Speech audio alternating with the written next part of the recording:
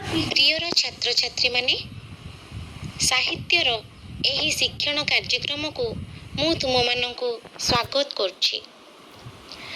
ଆଚ୍ଛା ପିଲାମାନେ, କହିଲ ଘରେ ତୁମ ମା ତୁମମାନଙ୍କୁ ଆଜି କ'ଣ କ'ଣ ସବୁ ଖାଇବାକୁ ଦେଇଛନ୍ତି? ସମସ୍ତେ ଖାଇକି ଆସିଛ ତ? କ'ଣ ସବୁ ଖାଇଛ କହିଲ? ଭାତ, ଡାଲି, ତରକାରୀ, ଭଜା, ଏତେ ସବୁ ଖାଇଛ? ବଢ଼ିଆ ଲାଗିଲା ନାଇଁ? ଆଚ୍ଛା କହିଲ, ଯେତେବେଳେ ମା ଘରେ ତରକାରୀ ରାନ୍ଧନ୍ତି, ସେ ତରକାରୀରେ କ'ଣ କମ୍ କିମ୍ବା ବେଶୀ ପଡ଼ିଗଲେ ତରକାରୀ ଆଦୌ ଭଲ ଲାଗେନି? ଠିକ୍ କହିଲ ପିଲେ, ଲୁଣ। ଲୁଣ ଖାଦ୍ୟର ଏକ ଦରକାରୀ ସାମଗ୍ରୀ। ଆଚ୍ଛା, ଏଇ ଲୁଣ କେଉଁଠାରୁ ଚାଷ କରାଯାଏ ତୁମେମାନେ ଜାଣିଛ? ଲୁଣ ଆମକୁ ସମୁଦ୍ରରୁ ମିଳେ। ଲୁଣ ସମୁଦ୍ରରୁ ମରାଯାଏ। ସମୁଦ୍ର ଦେଖିଛ ତ? ଏଇ ସମୁଦ୍ରର କେତେ ଗୁଡ଼ାଏ ପ୍ରତିଶବ୍ଦ ଅଛି ବା ସମାନ ଅର୍ଥକ ଶବ୍ଦ ଅଛି। ସେ ଶବ୍ଦ ଗୁଡ଼ିକ ସବୁ ତୁମେମାନେ ଜାଣିଛ?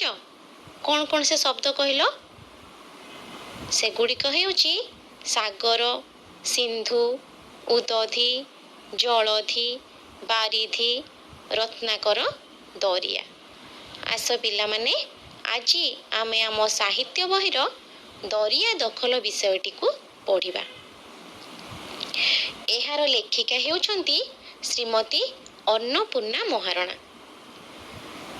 ଲେଖିକା କଟକ ଜିଲ୍ଲାର ବାଖରାବାଦ ଅଞ୍ଚଳରେ ଜନ୍ମଗ୍ରହଣ କରିଥିଲେ ନଭେମ୍ବର 3 ତାରିଖ 1917 ମସିହାରେ। ତାଙ୍କ ପିତାଙ୍କ ନାମ ଥିଲା ଗୋପବନ୍ଧୁ ଚୌଧୁରୀ, ମାତାଙ୍କ ନାମ ଥିଲା ରମାଦେବୀ ଚୌଧୁରୀ। ଉଭୟ ତ୍ୟାଗୀ, ସମାଜସେବୀ ଏବଂ ଦେଶପ୍ରେମୀ ଥିଲେ। ତାଙ୍କ ଆଦର୍ଶରେ ଅନୁପ୍ରାଣିତ ହୋଇଥିଲେ ଅନ୍ନପୂର୍ଣ୍ଣା ମହାରଣା। ସେ ଗାନ୍ଧିଜୀ ଓ ସନ୍ଥ ବିନୋବାଙ୍କ ଭଳି ଜନନାୟକମାନଙ୍କ ଦ୍ୱାରା ରଚିତ ଗ୍ରନ୍ଥଗୁଡ଼ିକୁ ଓଡ଼ିଆରେ ଅନୁବାଦ କରିଥିଲେ।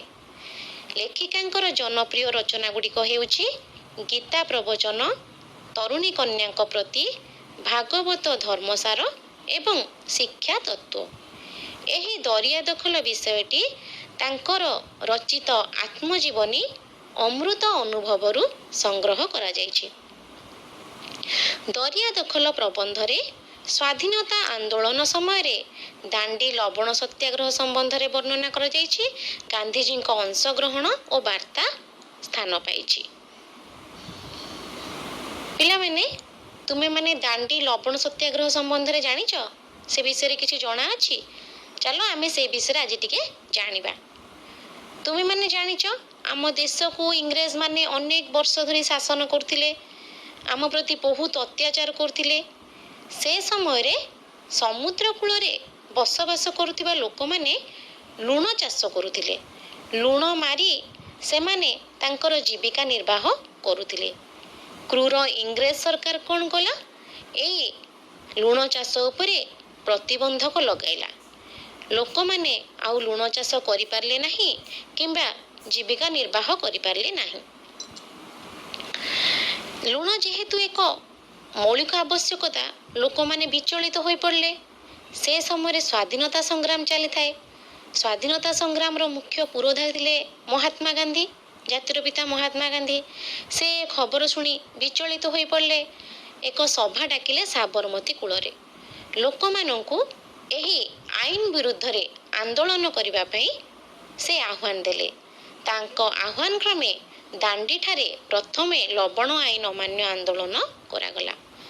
ଆସ ପିଲାମାନେ, ଏବେ ଆମେ କିଛି ପ୍ରଶ୍ନର ଉତ୍ତର ଦେବା। ଦରିଆ ଦଖଲ ବିଷୟର ଲେଖିକା କିଏ? ଅନ୍ନପୂର୍ଣ୍ଣା ମହାରଣା। ତାଙ୍କ ପିତାମାତାଙ୍କ ନାମ କ'ଣ ଥିଲା? ଗୋପବନ୍ଧୁ ଚୌଧୁରୀ ଏବଂ ରମାଦେବୀ ଚୌଧୁରୀ। ସେ କେବେ ଓ କେଉଁଠାରେ ଜନ୍ମଗ୍ରହଣ କରିଥିଲେ? 1917 ମସିହାରେ କଟକର ବାଖରାବାଦଠାରେ। ତାଙ୍କର ରଚିତ ଜନପ୍ରିୟ ରଚନା ଗୁଡ଼ିକ କ'ଣ? ଗୀତା ପ୍ରବଚନ, ତରୁଣୀ କନ୍ୟାଙ୍କ ପ୍ରତି, ଅର୍ଥ ତତ୍ତ୍ୱ ଏବଂ ଭାଗବତ ଧର୍ମସାର। ପଠିତ ବିଷୟଟି କେଉଁଥିରୁ ସଂଗୃହୀତ? ତାଙ୍କର ଆତ୍ମଜୀବନୀ ଅମୃତ ଅନୁଭବରୁ